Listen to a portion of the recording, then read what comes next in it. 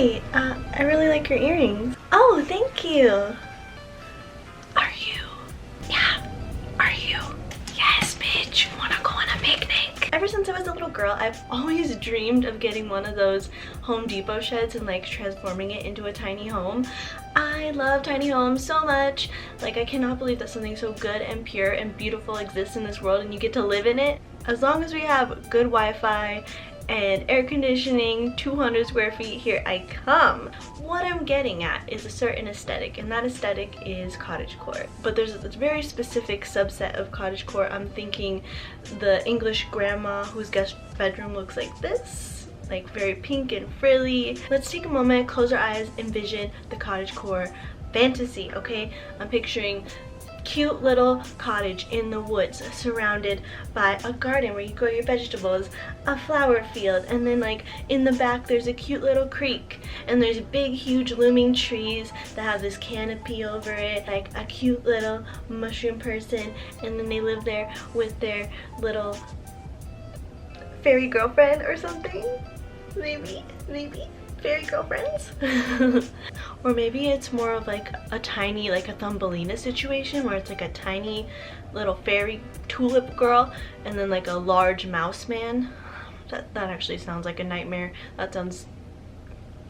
Why was that? That's what we're gonna do today. We're gonna make some cottagecore inspired face masks because we are still wearing face masks because the pandemic is not over and we're not selfish assholes. So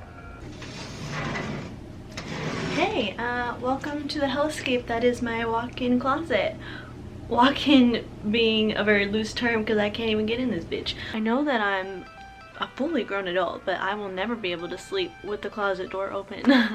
And like, honestly, I've been sleeping with the lights on because I do be seeing things. Blob of darkness in the corner of the room. It's a witch. The pile of clothes that I know that I left on the ground. It's a giant rat. It's a giant rat from hell here to drag me back to it.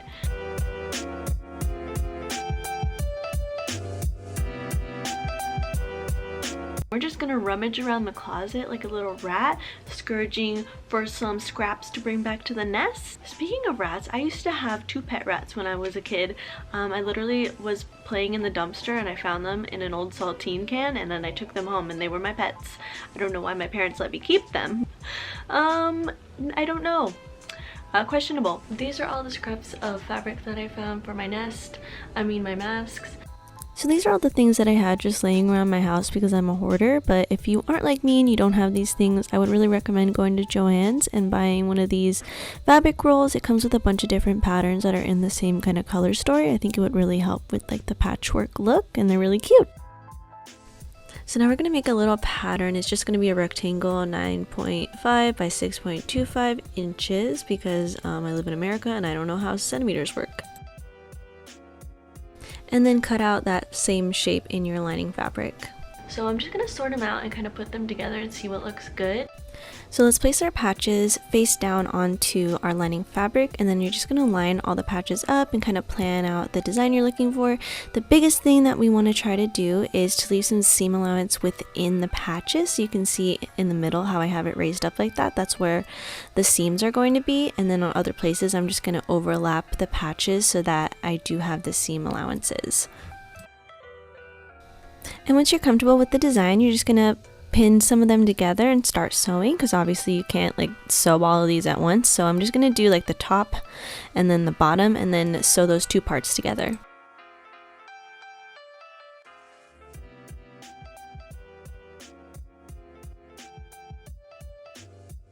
So now that the patchwork is done, we're just going to line it up with the lining fabric and then cut it out to match.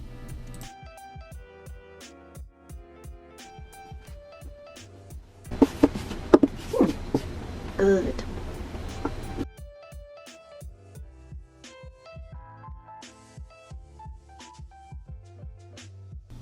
So with the pattern side facing down, we want the seams up. We're going to sew together the lining fabric and the patchwork. So just the top and the bottom, the long parts, the hot dog style, so that we can turn it inside out. And oh look, it looks all nice. It's like a little sleeve.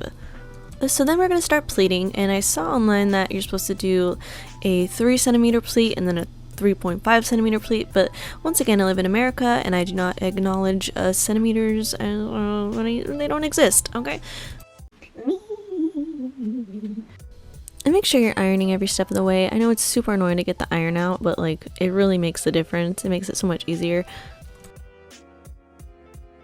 So these little end pieces are 4.25 by 2 inches long, and then we're gonna fold them in hot dog style, like you're making a brochure or whatever in school. So blah blah blah, fold it in like that, iron it down.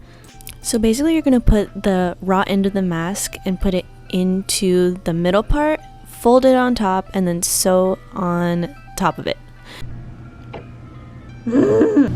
I don't even know how to use this machine. I just know how to go forward, backward. I'm tired. So the second mask, I'm using a template. I love this style mask. It's so much easier than the other one.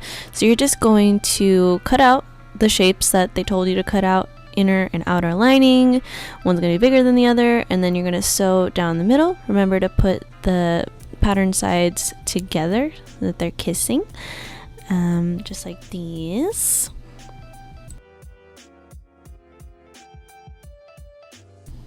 So once you've sewn down the front of both the inner and the outer lining, you're going to place them on top of each other, and you want to make sure that the seams are out on both sides. And then you're going to sew the top and the bottom right up there and right down there.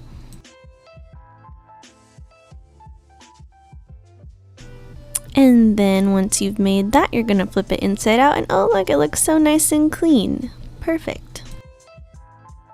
And then I'm going to show you what it looks like on a pattern fabric. See how the pattern is inside out, the seams are showing, and that's how you know it's going to flip the correct way. I use these chunky ribbons for my straps, and you just want to make sure that you run it over with a lighter to make sure it doesn't fray like that. Just burn the edges, but don't burn your fingers.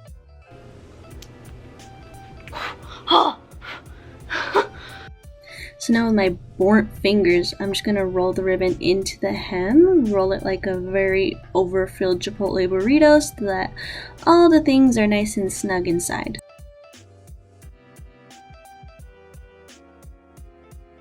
So we're going to sew in a rectangle shape so that everything is nice and snug inside. So once you get to that first corner, you're going to lift the presser foot up, change the direction that you're sewing in, and then so on and so forth until you get an entire rectangle.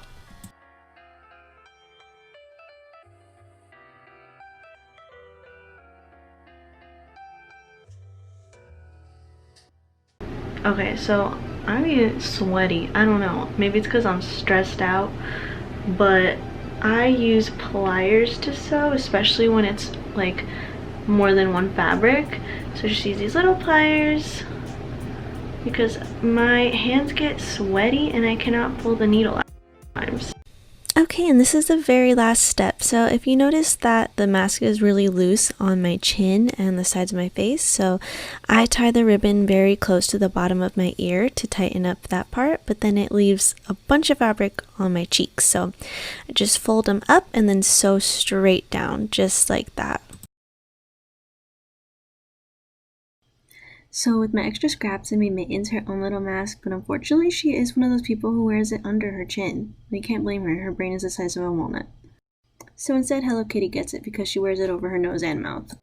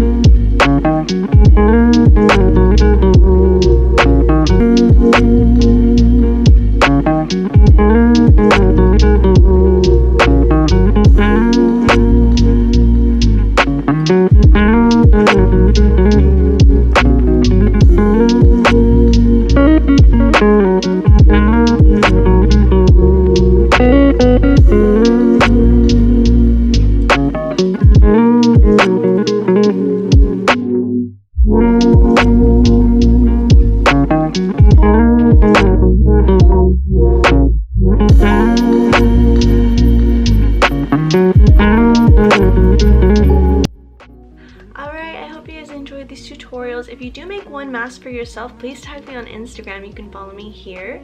I would love to see your creations. You know, if you followed this tutorial and you decided that you don't actually want to make your mask, I'm going to link some shops that you can support down below, as well as some other resources and patterns that might help you along the way. So yeah, feedback would be much appreciated. If you guys like this video, please let me know, and I will see you next time. Bye.